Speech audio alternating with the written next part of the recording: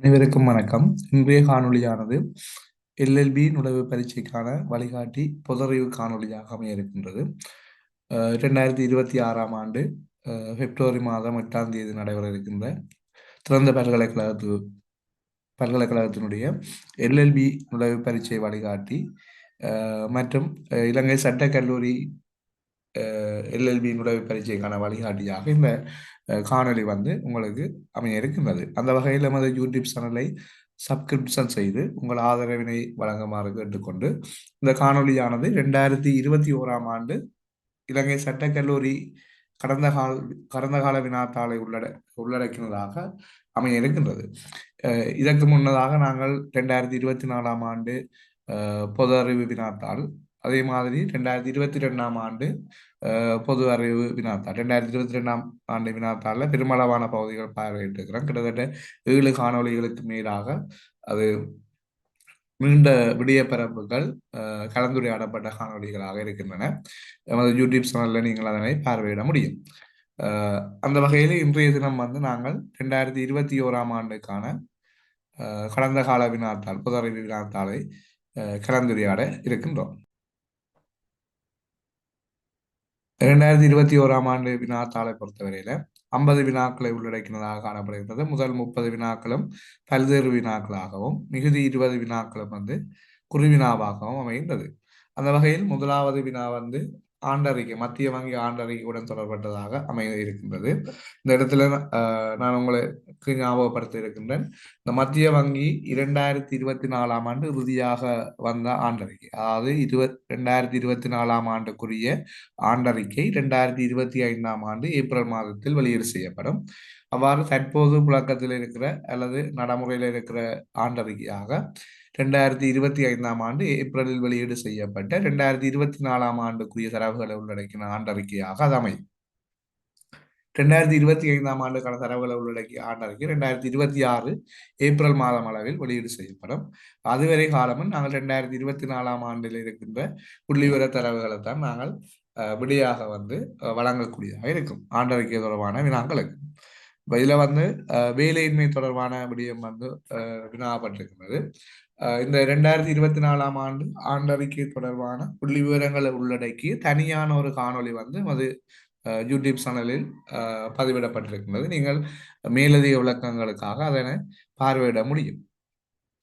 தனிய பொதறிவு என்று சொல்லும் போது எல்எல்பி பரீட்சைக்குரிய பொதறிவு இல்லாமல் பொதறிவு பலதரப்பட்ட இடங்கள்ல இருந்து வினாவப்படும். அந்த வகையில அனைத்து பொதறிவு காணொலிகளையும் நீங்கள் பார்வையிடுவது உங்களுக்கு பயனுள்ளதாக அமையும் என நினைக்கின்றேன். அந்த வகையில இந்த மத்திய வங்கி ஆண்டறிக்கையில காணப்படுகின்ற சில முக்கியமான விடயங்கள் தொடர்பாக கலந்துரையாடி கொண்டு நாங்கள் அடுத்த வினாவுக்கு செல்லலாம். இலங்கையில குடித்தொகை அடர்த்தி தற்போது ஒரு சதுர கிலோமீட்டருக்கு 352 நபர்களாக காணப்படுகின்றது. அதேவேளை தொழிலின்மை வீதம் 4.4 வீதமாக காணப்படுகின்றது. இது 2023 4.7 வீதத்திலிருந்து 4.4 வீதமாக இந்த தொழிலின்மை வீதம் வீழ்ச்சி அடைந்திருக்கின்றது. தொழிலின்மை வீதம் தொழிற்படையின் சதவீதமாகவே கணிப்பீடு செய்யப்படுவது வழங்கும்.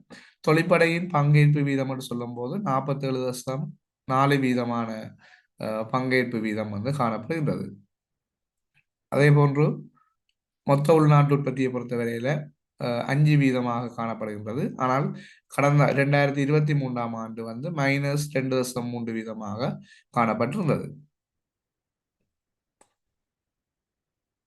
அதே போன்று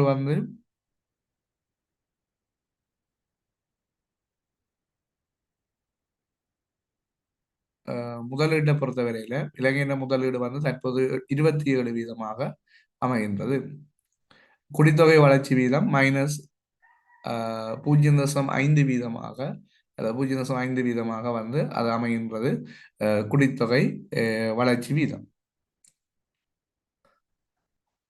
இதனை விட அரசுரையை பொறுத்தவரையில வரி அரசுரையின் பங்களிப்பாக 12.4 வீதமாகவும் அரசுரை மற்றும் கொடைகளின் பங்களிப்பாக 13.7 வீதமாகவும் மொத்த அரசுரையை பொறுத்தவரையில் 13.5% அரசுரை வந்து காணப்படுகிறது. நடைமுறை கணக்கு மீதியை பொறுத்தவரையில் -4.4% அமைந்திருக்கின்றது. இதனை விட வந்து சமூக பொருளாதாரம் சார்ந்த குறிகாட்டிகளையும் சில விடயங்களை நாங்கள் அவதானம் செலுத்தி கொண்டு அடுத்த வினாவுக்கு போகலாம். அந்த வகையில் வந்து இலங்கையின் முக்கியமான அமைவிடங்கள் தொடர்பான விடயங்கள் நாங்கள் 2 காணொலிகளில் இதற்கு முன்னர் கலந்துரையாடி இருக்கின்றோம். நீங்கள் அதையும் பார்வையிட முடியும். அதில் வந்து இலங்கையின் நீளம், அகலம், உயரம், அமைவிடம் போன்ற விடயங்கள், பரப்பளவுகள் அதெல்லாம் வந்து மாற்றமடைந்திருக்கின்றது. அந்த வகையில் மீண்டும் ஒரு கதை ஞாபகப்படுத்தி கொண்டு இலங்கையின் உயரம் வந்து 2525 மீட்டர். இலங்கையின் நீளம் வந்து தற்போதைய நிலையில 433 கிலோமீட்டர். இலங்கையின் அகலம் வந்து 241 கிலோமீட்டராக காணப்படுகிறது. இலங்கையின் மொத்த பரப்பளவு வந்து 67,240 சதுர கிலோமீட்டர். இது வந்து ஏற்கனவே இருந்த நாங்கள் இதற்கு முன்னர் பல வருடங்களாக கற்று வந்த பரப்பளவு வந்து தற்போது வந்து மாற்றமடைந்திருக்கின்றது. அதை நீங்கள் கவனத்தில் கொள்ள வேணும். ஆண்டுக்கான சராசரி மழை வீழ்ச்சியாக 2024ஆம் ஆண்டு 2371 மில்லிமீட்டராக அது அமைந்திருக்கின்றது. அதே மாதிரி வந்து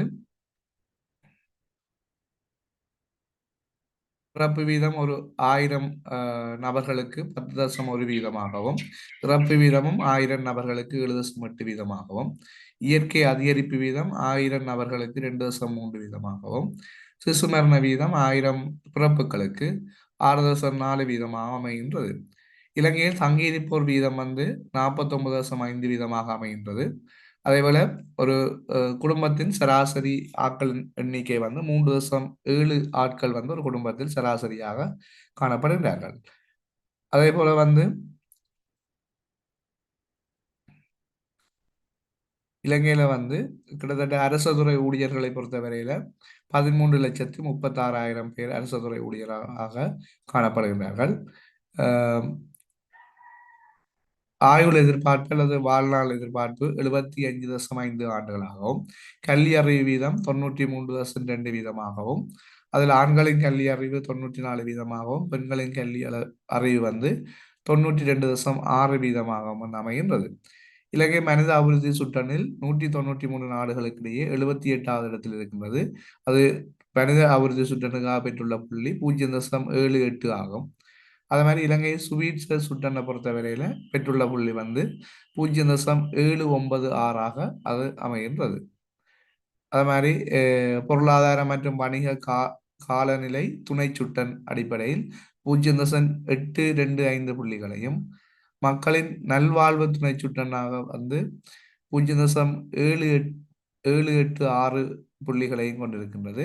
அதே மாதிரி சமூக பொருளாதார உட்கட்டமைப்பு துணை சுட்டனாக 0.777 புள்ளிகளையும் வந்து பெற்றிருக்கின்றது. கிணிக்குணகத்தை பொறுத்தவரையில குடும்ப அலகுகளின் வருமான கிணிக்குணகம் இது 0.466 வந்து அமைகின்றது. ஒரு குடும்பத்தின் சராசரி வருமானத்தை பொறுத்தவரையில 76,414 ரூபா ஒரு குடும்பத்தின் சராசரி மாத வருமானமாக வந்து காணப்படுகின்றது. இலங்கையின் தலைக்குரிய வறுமை சுட்டனாக வந்து 14.3 வீதமாகவும், கடந்த காலங்களோடு ஒப்பிடும்போது அது வீழ்ச்சி 16 வீதத்திலிருந்து 14.3 வீதமாக குறைவடைந்திருக்கின்றது என்று சொல்ல முடியும். அதே மாதிரி இலங்கையில வந்து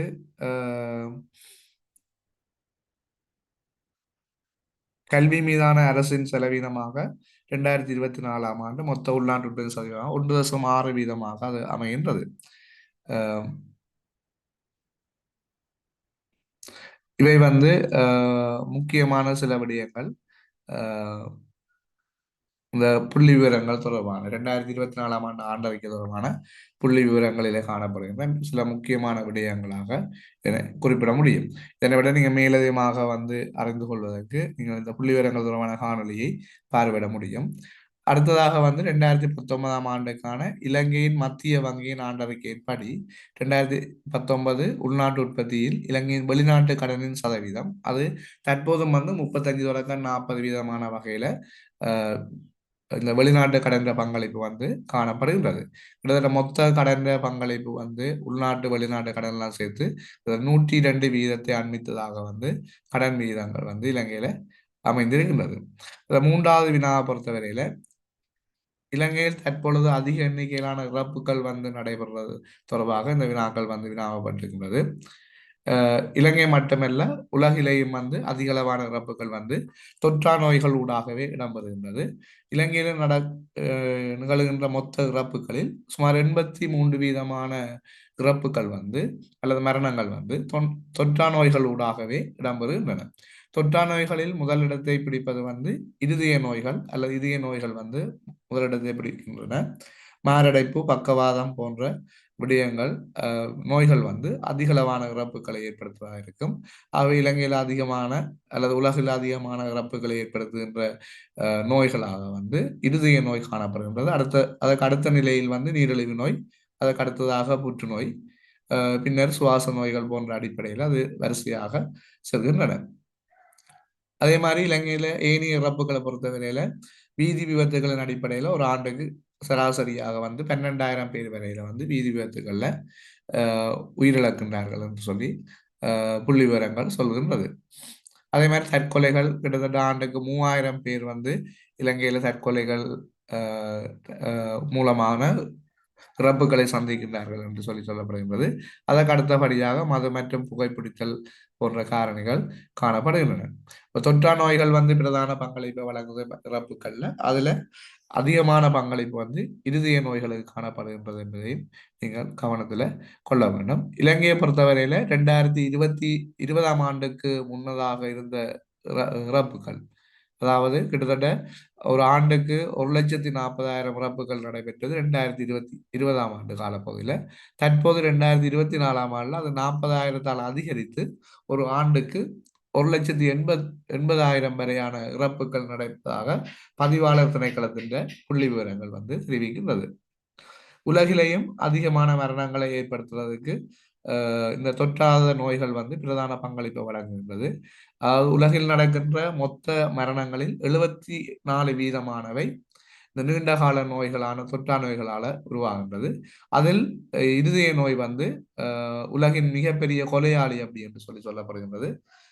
இருதய நோய் தான் உலகில் வந்து அதிகமான மரணங்களை ஏற்படுத்துவதாக இருக்கும். அதற்கு அடுத்ததாக பக்கவாதம், சுவாச பாதை நோய்கள், புற்றுநோய் போன்ற அடிப்படையில் வந்து உலக அளவில் வந்து மரணங்களை ஏற்படுத்துகின்ற முக்கியமான நோய்களாக காணப்படுகின்றது. அதே போன்று வந்து தொற்று நோய்களும் வந்து இதற்கான பங்களிப்பினை வழங்கி வருகின்றன. கிட்டத்தட்ட ஒரு ஆண்டுக்கு இருதய நோய் ஊடாக 9.1 மில்லியன் இறப்புகள் வந்து உலக அளவில் நடைபெறுகின்றது என்பதும், பக்கவாதம் ஊடாக 6.6 மில்லியன் இறப்புகள் நடைபெறுகின்றது என்பதும் சொல்லப்படுகின்றது.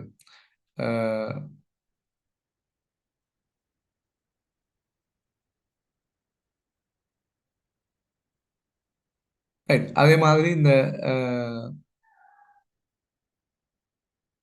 நோய்கள், தொற்றா நோய்களுக்கான பிரதான விடயங்களாக சொல்லப்படுது உயர் அழுத்தம், உயர் ரத்த அழுத்தம் வந்து ஆண்டுக்கு 10.8 மில்லியன் பேர் வந்து இதால் பாதிக்கப்படுறதாக சொல்லப்படுகின்றது.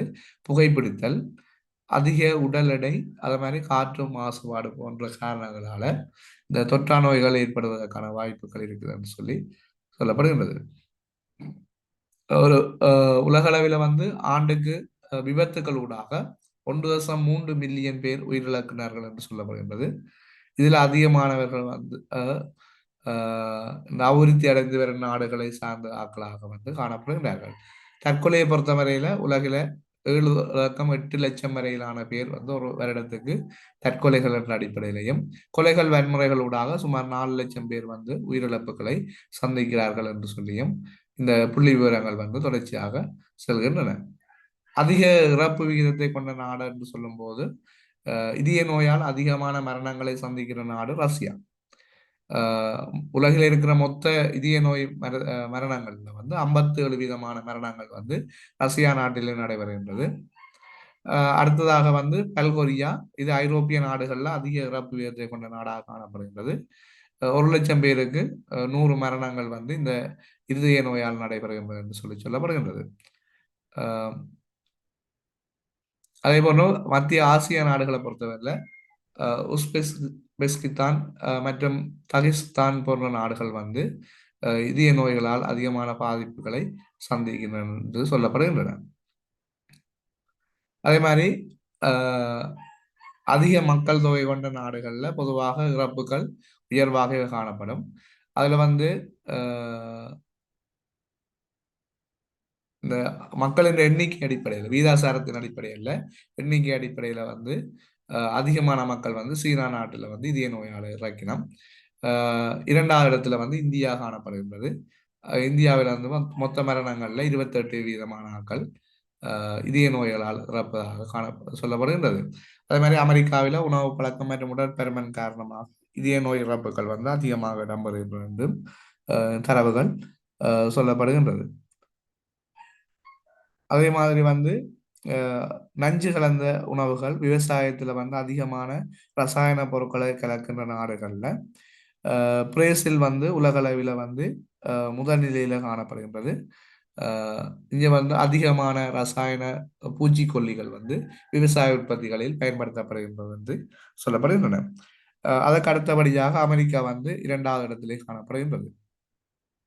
அதன் பின்னர் இந்தோனேசியா, சீனா மற்றும் ஆர்ஜென்டினா போன்ற நாடுகளிலையும் அதிகளவான ரசாயனங்கள் வந்து உணவு உற்பத்திக்காக பயன்படுத்தப்படுகின்றன. அதே மாதிரி உணவு நஞ்சாதல் தொடர்பான விடயம் அல்லது அது தொடர்பான வழக்குகள் அதிகமாக உள்ள நாடாக லாவோஸ்,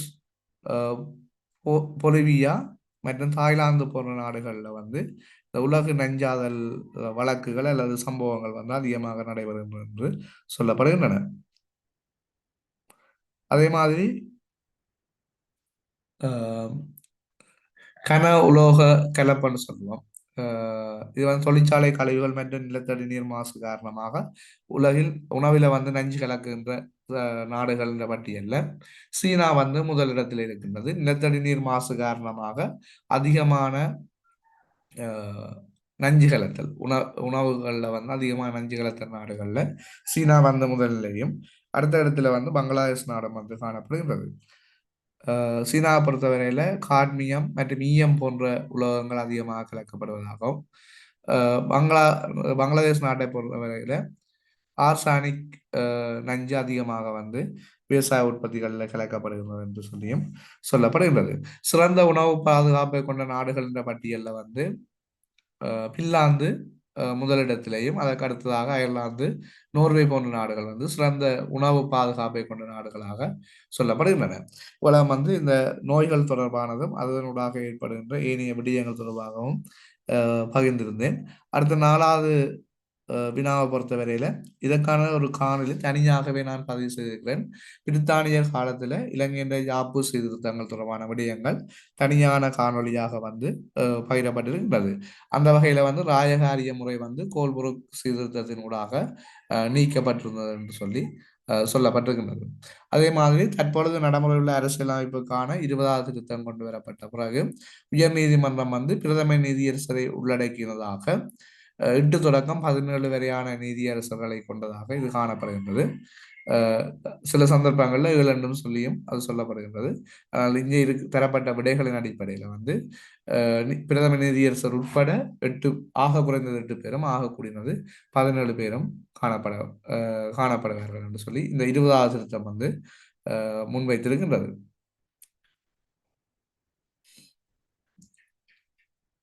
இந்த நியமனங்கள் வந்து அரசியலமைப்பு சபையோட பரிந்துரையின் பேரில் ஜனாதிபதியால வந்து அது நியமிக்கப்படுறதா இருக்கும். உச்ச நீதிமன்ற நீதியரசர்கள் வந்து 65 வயது வரை பதவியில் இருக்கக்கூடிய சந்தர்ப்பம் காணப்படுகின்றது. ஏற்கனவே கூறியது போல தற்போதைய பிரதம நீதியரசராக பத்மன் சூரசேன வந்து காணப்படுகின்றார். இவர் 2025ஆம் ஆண்டு நியமிக்கப்பட்டிருந்தார். அதே மாதிரி ஏற்கனவே நான் வேறு காணொளிகளில் கூறிய போது இலங்கையில் 4 நீதிமன்ற கட்டமைப்புகள், உச்ச நீதிமன்றம் இது வந்து அடிப்படை உரிமைகளை மட்டும் விசாரணைக்கு உட்படுத்துகிற விடயமாக காணப்படுகின்றது. அடுத்த மேன்முறையீட்டு நீதிமன்றம் இது 2வது உயரிய நீதிமன்றமாக இலங்கையில் காணப்படுகின்றது. அடுத்தது உயர் நீதிமன்றம் இது மாகாண மட்டத்திலான அதிகாரங்களை கொண்ட நீதிமன்றமாகவும், அடுத்த மாவட்ட நீதிமன்றங்கள் மற்றும் நீதவான் நீதிமன்றங்கள் இது ஆரம்ப நிலை நீதிமன்றங்கள் என்று சொல்லப்படுகின்றன. அடுத்த வினாவை பொறுத்தமல்ல இலங்கையின் புராதன காலங்களில் அனுராதபுர காலத்துக்குரிய மிகப்பெரிய குளம் வந்து கலாவாவி.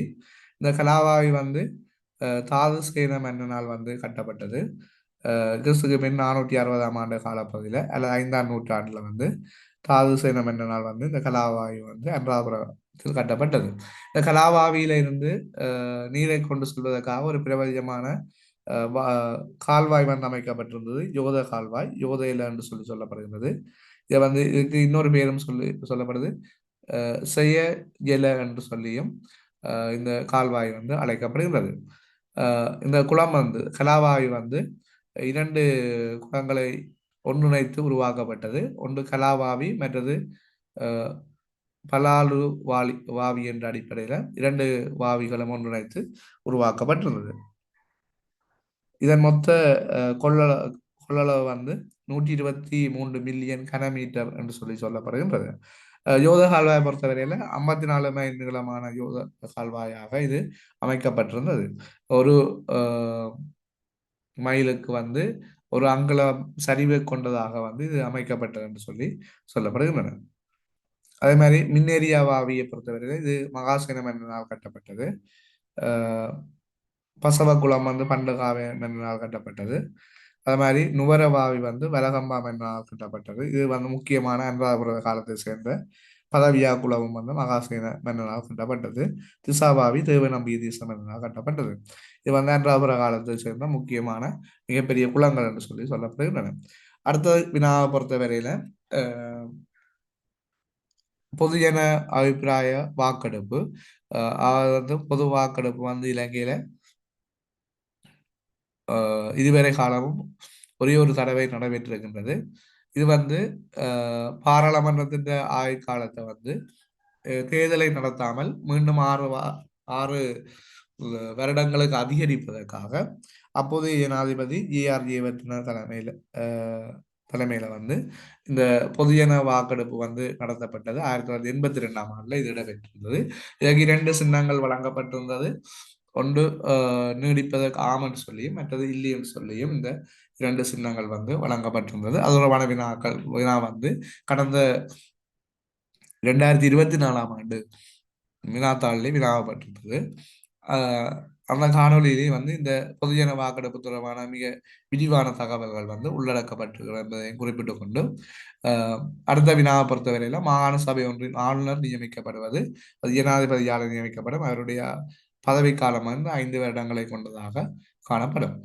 அடுத்த 9வது வினாவை பொறுத்தவரையில பிற நாட்டிடம் ஒப்படைத்தல் சட்டம்.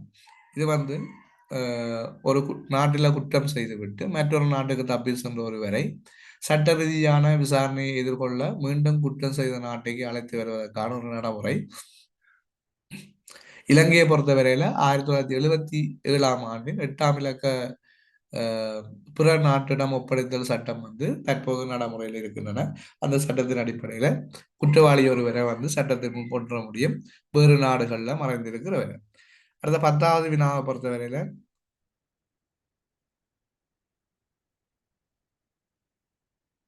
பின்வருவற்றில் சட்டத்தரணி ஒருவரின் முதன்மையான கடமையாக கருதப்படுகின்றது. சட்டத்தரணியை பொறுத்தவரையில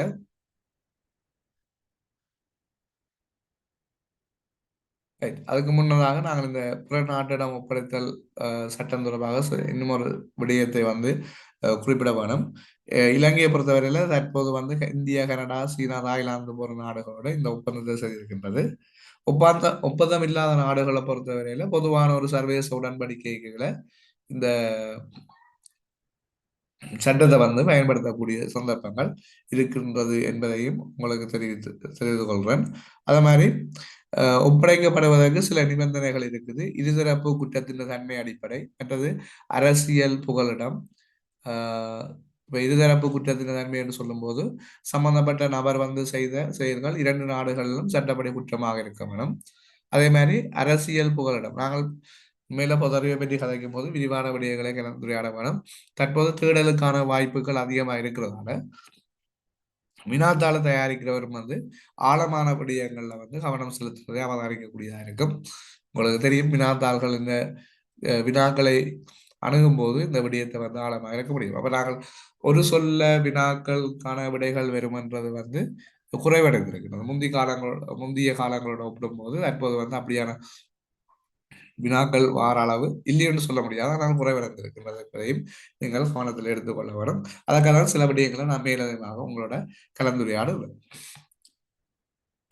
அடுத்தது வந்து அரசியல் புகலிடத்தை பொறுத்தவரையில ஒரு நபர் அரசியல் காரணங்களுக்காக அல்லது வேறு இன மதம் தேசியத்தின் காரணமாக தண்டிக்கப்படலாம் என்ற அச்சம் இருந்தால் அவரை ஒப்படைக்க முடியாது. அது மாதிரி குறைந்தபட்ச தண்டனை, பொதுவாக ஒரு ஆண்டுக்கு மேலான சில தண்டனை விதிக்கக்கூடிய கடுமையான குற்றங்களுக்கு மட்டுமே இந்த பரிமாற்றங்கள் வந்து நடைபெறும் என்பதையும் கருத்தில் கொள்ள வேணும்.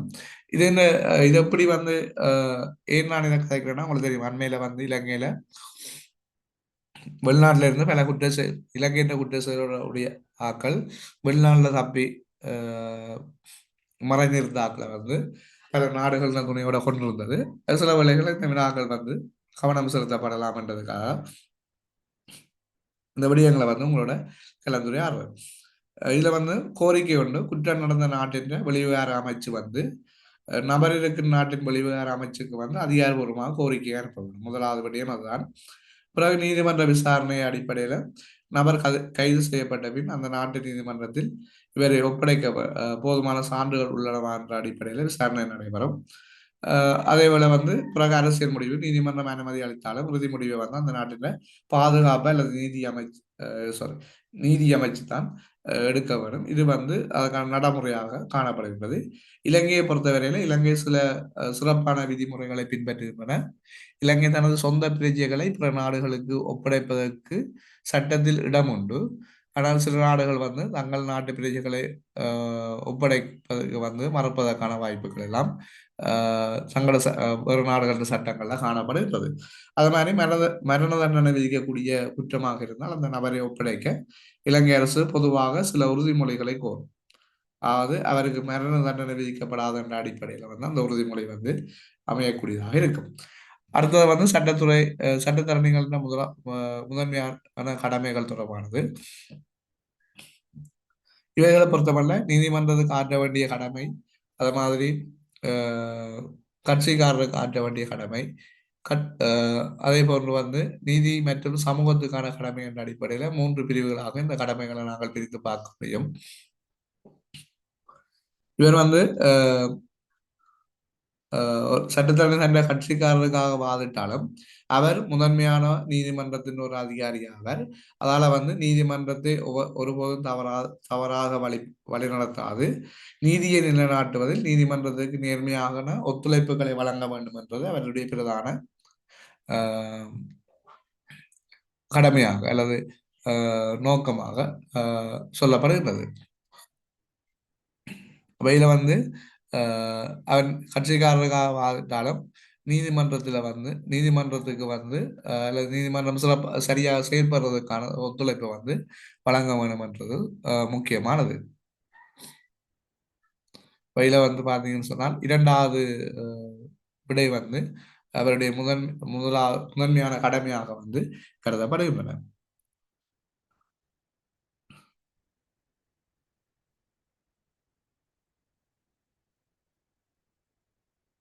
அதே போல வந்து சட்டத்தரணிகளுக்கான ஒழுக்க கோவையின்படியும் சட்டத்தரணிகள் தமது தொழிலை வந்து மிகவும் கண்ணியமாகவும் நேர்மையாகவும் செய்ய வேண்டும் என்று சொல்லப்படுகிறது.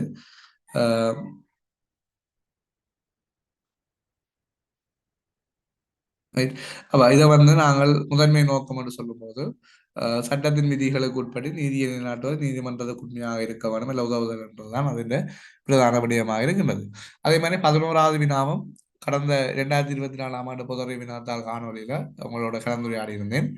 அஹ் சட்ட கல்லூரியின் குறிக்கோள் லத்தீன் மொழியில காணப்படுகின்றது. அதின் தமிழ் மொழி சுருக்கம் வந்து அஹ், நீதி வழங்கப்படட்டும் என்றது வந்து அது இந்த தமிழ் மொழியின் சுருக்கமாக அமைகின்றது.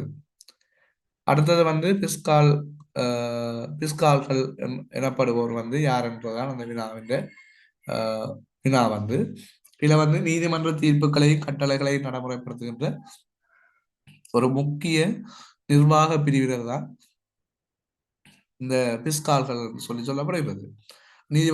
நீதிபதி வழங்கின உத்தரவுகளை களத்தில் இறங்கி வேலை செய்கிறார்கள் இவைதான் அல்லது செயற்படுத்துகிறார்கள் இவைதான் இருக்கும். அப்ப நீதிபதியின் கட்டளையின் பேரில் செயற்பாடுகளை செய்கிறார்கள் வந்து இந்த பிஸ்கால்கள் என்று சொல்லப்படும். அதன் அடிப்படையில் இது வந்து நீதிபதியின் கட்டளையின் பேரில் சொத்துக்களை பறிமுதல் செய்தல் வந்து வேண்ட கடமைகள் ஒன்றாக கருதப்படுகின்றது. அடுத்தது 13வது ஏனைய விடயங்களை பற்றி இந்த பிஸ்கால்கள் ஏனைய விடயங்களை பற்றி சொல்றேன்னா கட்டளை பத்திரங்களை விநியோகித்தல், நீதிமன்றத்தில் வழங்கப்படும் அழைப்பாணைகள், அறிவித்தல்கள் மற்றும் கட்டளை பத்திரங்களை சம்பந்தப்பட்ட நபரிடம் வந்து கொண்டு போய் சேர்க்கிறது இவர்களுடைய பொறுப்பு. அது மாதிரி பிடியாணை நிறைவேற்றம், நீதிமன்றத்தில் பிறப்பிக்கப்படும் பிடியாணைகளை நடைமுறைப்படுத்துதல் குறித்த சிவில் வழக்குகளில் ஒருவரை கைது செய்ய வேண்டியிருப்பின் பிஸ்கால் அதிகாரி அதில் ஈடுபடுவார். அதேபோல வந்து சொத்துக்களை கையகப்படுத்துறதும் ஏலம் விடுறதும் இவருடைய பணியாக இருக்கின்றது. அதே மாதிரி ஆட்களை நீதிமன்றத்தில் முன்னிலைப்படுத்துறதும் சிறைச்சாலையில் உள்ள கைதிகளை நீதிமன்றத்துக்கு விசாரணைக்காக அழைத்து வாரதும் மீண்டும் கொண்டு சென்று விடுவதிலும் இவர்களது மேற்பார்வை வந்து இருக்க வேண்டும் என்று சொல்லப்படுகின்றது. இதுல பிஸ்கால் கட்டமைப்பை பொறுத்தவரையில பிரதான பிஸ்கால் இது பொதுவாக மாவட்ட நீதிபதி அல்லது மாகாண மேல் நீதிமன்ற நீதிபதி இந்த பொறுப்பை வந்து வகிப்பவராக இருப்பார் பிரதான பிஸ்காலாக. அதே மாதிரி பிரதி பிஸ்கால் இது அன்றாட நிர்வாக பணிகளை கவனிப்பார். அதே மாதிரி பிஸ்கால் உத்தியோகத்தர்கள் இவர்கள் களத்தில் இறங்கி கட்டளைகளை நிறைவேற்றுவர்களாக காணப்படுவார்கள். திரும்ப சொல்றோம், பிரதான பிஸ்கால் வந்து பொதுவாக மாவட்ட நீதிபதி அல்லது மாகாண மேல் நீதிமன்ற நீதிபதிகள் வந்து பிரதான பிஸ்காலாக வந்து நீதிமன்ற கட்டமைப்பிலே காணப்படுவார்கள்.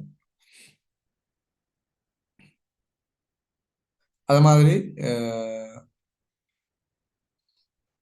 பிஸ்காலை பொறுத்தவரையில ஒரு நீதிமன்றத்தின் பிரதியாக செய்யப்படுறதால அவர் வந்து ஒரு வீட்டை சோதனையிட அல்லது சொத்துக்களை பரப்புரை செய்வதற்கு அவருக்கு வந்து இடையூறு விளைவிக்கப்படுமாக இருந்தால் அது நீதிமன்ற அவமதிப்பு வழக்கின் அடிப்படையில குற்றமாக கருதப்படும்.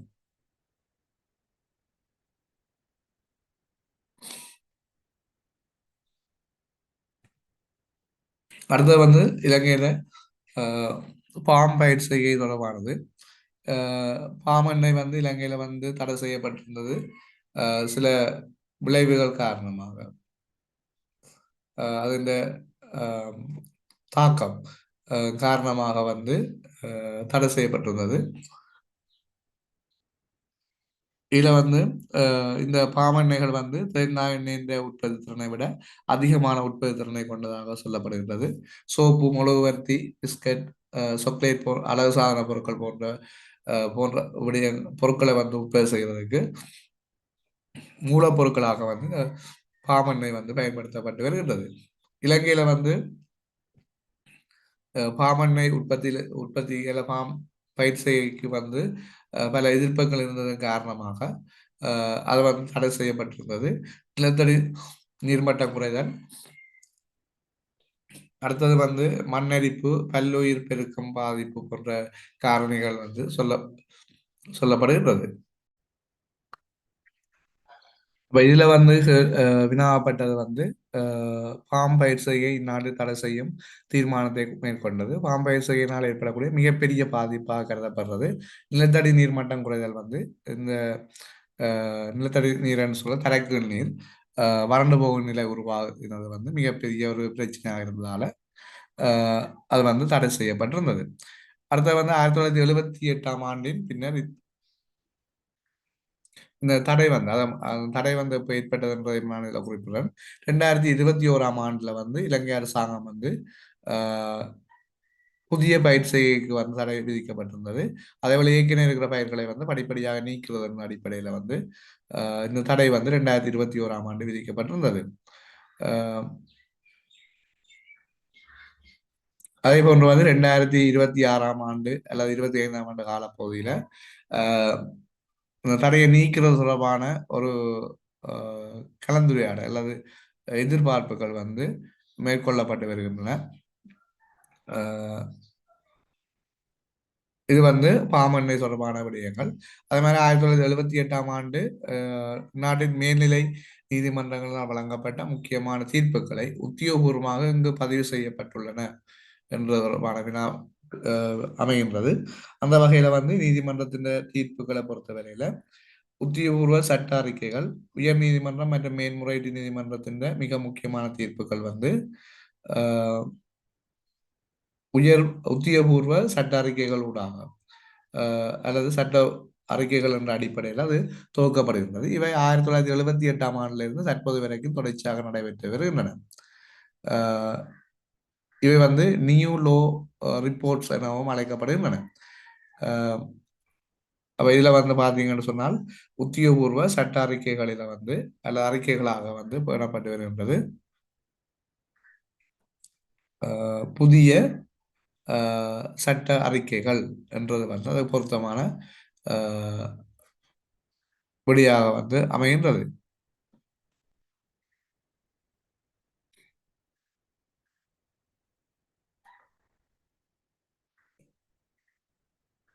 இந்த புதிய சட்ட அறிக்கை என்பது வந்து 78ஆம் ஆண்டுக்கு முன்னர் காணப்பட்ட பேர். புதிய சட்ட அறிக்கை என்பது 78ஆம் ஆண்டுக்கு முன்னர் காணப்பட்ட முறை தற்போது பயன்படுத்தப்படுறது ஸ்ரீலங்கா லோ ரிப்போர்ட்ஸ்.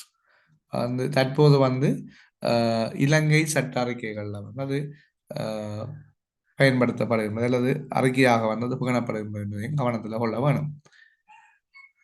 அடுத்தது வந்து டேஸ் கேபிட்டல் என்ற உலக புகழ்பெற்ற நூலின் ஆசிரியர் யார் என்று கேட்டிருக்கு. இதுவும் பல தடவைகள் பொது அறிவு வினாத்தாள்களை வந்து வேறு வேறு வினாத்தாள்கள், இது சட்டக்கல்வி என்றில் வேறு வேறு பரீட்சைகளுக்கு வினாப்பட்ட ஒரு வினாதான். இது வந்து கார் மால்ஸ் என்பவருடைய ஒரு நூல் வந்து இது மூலதனம் என்று சொல்லப்படுகின்றது. டேஸ் கேபிட்டல் என்பது வந்து மூலதனம் என்ற கருத்தை வந்து வெளிப்படுத்துவதாக வந்து காணப்படுகிறது.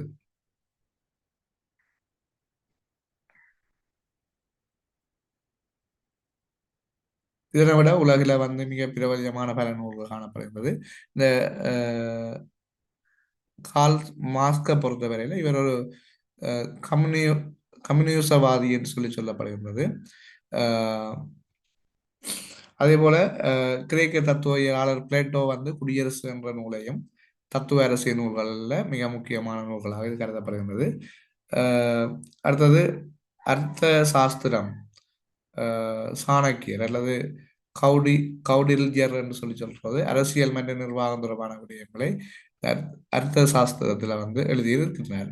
அதே போல வந்து காலத்தால் அழியாத இலக்கிய நூல்கள் எனும் போது நூல் வந்து வார் அண்ட் பீஸ், இது வந்து லியோ டால்ஸ் டாய் என்பவரால் எழுதப்பட்டுள்ளது.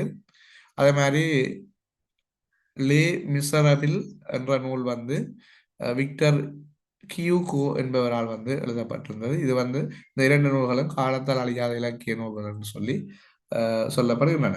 இதனை விட காலத்தால் அழியாத இலக்கிய நூல்களில் கெல்மென் ஹெல்மெட் அல்ல கெம்லெட் சொல்லுவோம். கெம்லெட் வில்லியம் ஷேக்ஸ்பியரால் எழுதப்பட்டது கெம்லெட். அது மாதிரி கிரைம் அண்ட் பினிஷ்மெண்ட் என்ற நூல் வந்து தஸ்யோவ்ஸ்கி என்பவரால் எழுதப்பட்டிருந்தது. தஸ்யோவ்ஸ்கி என்பவரால் வந்து எழுதப்பட்டிருந்தது. கிரைம் அண்ட் பனிஷ்மெண்ட் என்ற நூல் வந்து இது வந்து காலத்தால் அழியாத இலக்கியங்கள்ல வந்து ஒன்றாக உள்ளடக்கப்பட்டிருக்கின்றது. அதே மாதிரி நவீன புகழ்பெற்ற படைப்புகளை பொறுத்தவரை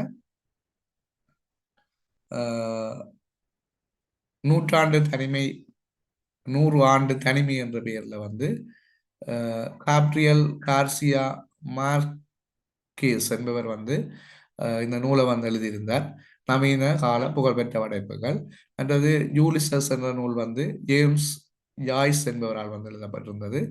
அடுத்தது த அல் கெமிட்ஸ் என்ற நூல் வந்து பாலோ கொயலா என்பவரால் வந்து தன்னம்பிக்கை மற்றும் தேடல் பற்றிய நூலாக இது அமைகின்றது. அதே மாதிரி ஹாரி பாட்டர் இது ரவுலிங் உலகின் அதிக விற்பனையான நூல்களில் ஒன்றாக கருதப்படுகின்றது. ஜே.கே. ரவுலிங் என்பவரால் வந்து இந்த நூல் எழுதப்பட்டிருந்தது. அதே மாதிரி சுயசரிதைகளை பொறுத்தவரையில சத்திய சோதனை, அது உங்களுக்கு தெரியும், மகாத்மா காந்தி என்ற நூல். அது மாதிரி ஒரு சிறுமியின் டயரி ஆன் பிராங்க் என்பவரால் எழுதப்பட்டிருந்தது. மற்றது அக்னி சிறகுகள் அப்துல் கலாமுக்குரியது. மற்றது லாங் வாக் டு ட்ரீம் என்பது வந்து ஃப்ரீடம் என்பது வந்து நெல்சன் மண்டேலாக்குரிய நூல் என்று சொல்லி அவரால் எழுதப்பட்ட நூலாக கருதப்படுகிறது. இது வந்து மிக முக்கியமான நூல்கள், உலக அளவில் புகழ்பெற்ற நூல்கள். அடுத்த வினாவை பொறுத்தவரையில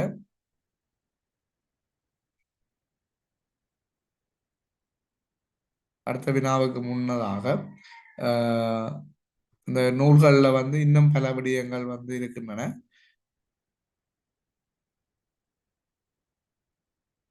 அதுல வந்து சில 2025 24 காலப்பகுதியில் நூல்கள் வெளியீடு செய்யப்பட்ட நூல்கள் என்ற அடிப்படையில்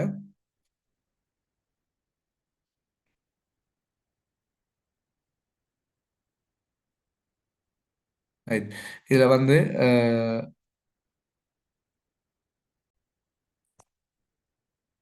அது தொடர்பான விடயங்களை நான் அடுத்த காணொளியில உங்களுக்கு பகிர்ந்து கொள்ளலாம்னு நினைக்கின்றேன்.